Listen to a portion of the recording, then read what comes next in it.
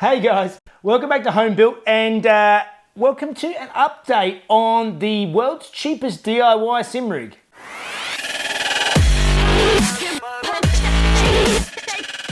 Okay, so those of you might have seen the first video on this, which I posted just over 2 years ago now, and if I'd known how popular it was going to be, I would have probably spent a little bit more time on it. But basically, as of now, it's had over 600,000 views in the last couple of years, and obviously it proved to be quite popular.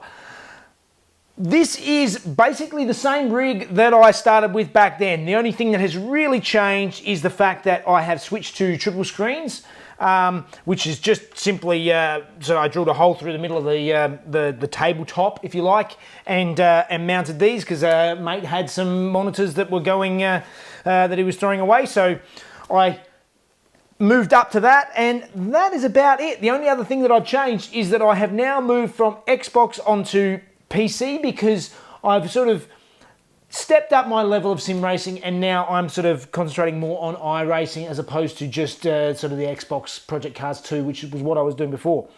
So as such, I thought it was about time that I made a few upgrades to the sim rig and also talk about a few of the comments that were made about this one when I first made it. First up, it actually has worked fantastically. It's been really good. People were concerned that this was not strong enough. It's pretty strong and robust. I've never had a problem with the screens wobbling from me using it. It's been really nice and solid. I'm quite happy with that.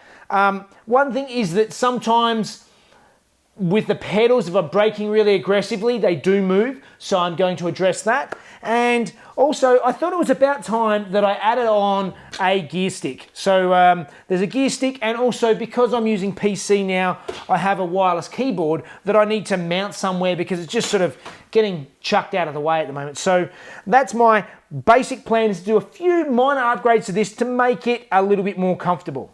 So the first modifications I'm going to look at is mounting the gear stick. Now, I went into my scrap pile again. As I mentioned previously, all of this has been made out of scrap timber. And if you haven't seen the original video, I'll put a card up here so you can have a look and watch that one first, because I highly recommend it. But in this case, I want to mount the gear stick. And because I am in Australia and we drive right-hand drive cars, I want my gear stick on the left-hand side. If you wanted, if you're somewhere where you drive left-hand drive cars, the same can be done just on the other side. So for me, the gear stick goes there, doesn't feel right anywhere else. And what I've done is I just cut a scrap of timber the same size as what I've been using, and this is going to mount on here, something like that, and the gear stick is going to sit about there like that. Okay, so now I've worked out the height I want my gear stick. I'm going to mark it with my pencil, the base of it, so I know exactly where I want to mount it.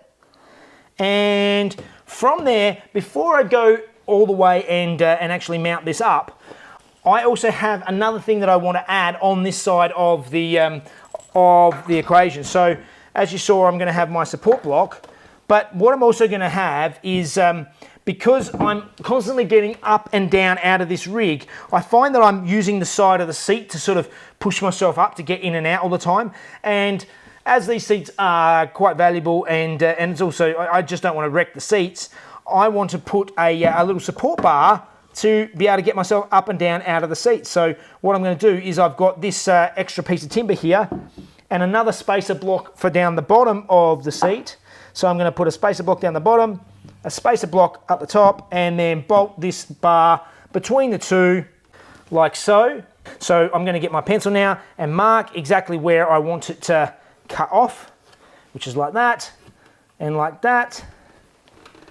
And the bottom is good. So there I have my first marks to cut. So let's go and cut these and pre-drill some holes so that I can mount some of this stuff up.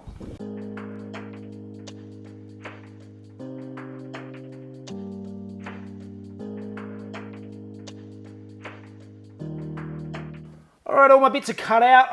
I've pre-drilled a bunch of the holes. I still need to drill some holes in the rig itself.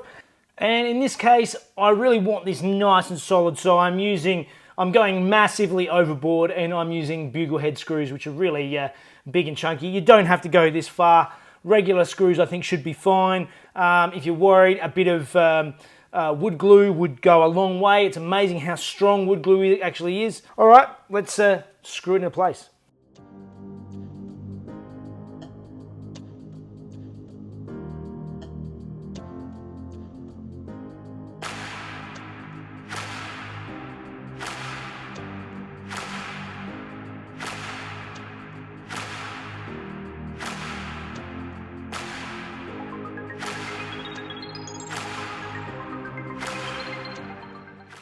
All right, so I've got my support bar here, which is rock solid, and my gear stick mount, which is also really solid.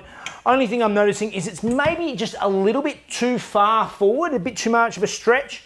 So I think I'm going to modify the design very slightly, and this mounting post, I'm just going to make one on an angle so that it angles back this way a little bit, just so I can mount the gear stick just a little bit further back. An inch or so I think would be perfect. And here I just actually, I grabbed the angled cutoff from the other piece. So it's just got about a 30-degree angle on it, so it's facing it just back a little bit further. And now the gear stick is in the perfect location. My hand falls straight to it, and it's good. So I'm going to screw that in permanently, and that should be spot on. All right, gear stick mount is sorted out. My support bar is sorted out. So next thing to tackle is the pedals. Now, sometimes when I get excited in the moment, sometimes I'm braking hard, and the pedal box actually moves up and down a little bit. So what I'm going to do is cut out a piece of timber to the width of the frame down here, and get it set up so I can screw it to the bottom of the pedal box, and then just screw it in either side. Should be, hopefully, pretty straightforward. So I've cut out my piece of scrap, which is cut nicely to sit between the rails of the my current sim rig. And what I'm going to do now is I'm going to mark out where the holes need to go for the mounts for the pedals. And I'll just do a quick mark on either side, line with the holes. So now we'll go and drill some holes.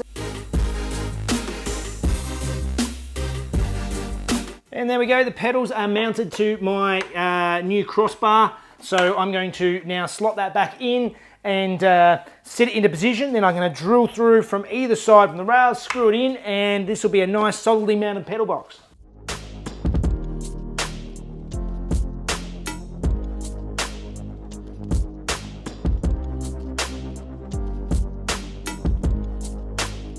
All right, pedals are great, gear stick is great, armrest is great.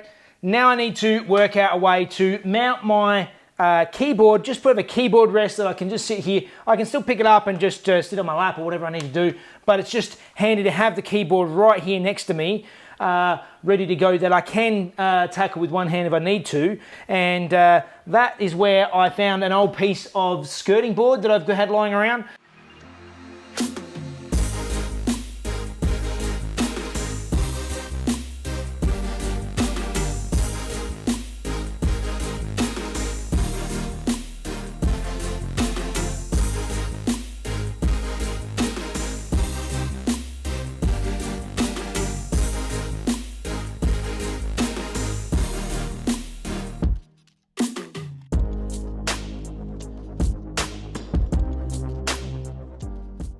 So they are some amazing upgrades to my sim rig, and as tempting as it is to just go and use it like it is, I need to be disciplined and pull it apart and paint all these bits black to match, and then I can reassemble it for the last time and enjoy it. So let's start painting.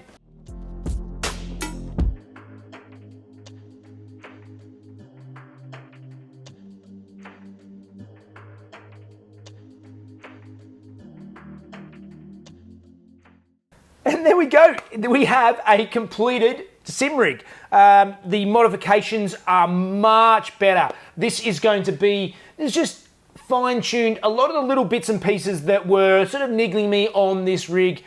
I'm really happy with this. This does exactly what it's supposed to do, and it's really good, and it proves that you don't have to spend a fortune to get yourself into a sim rig setup.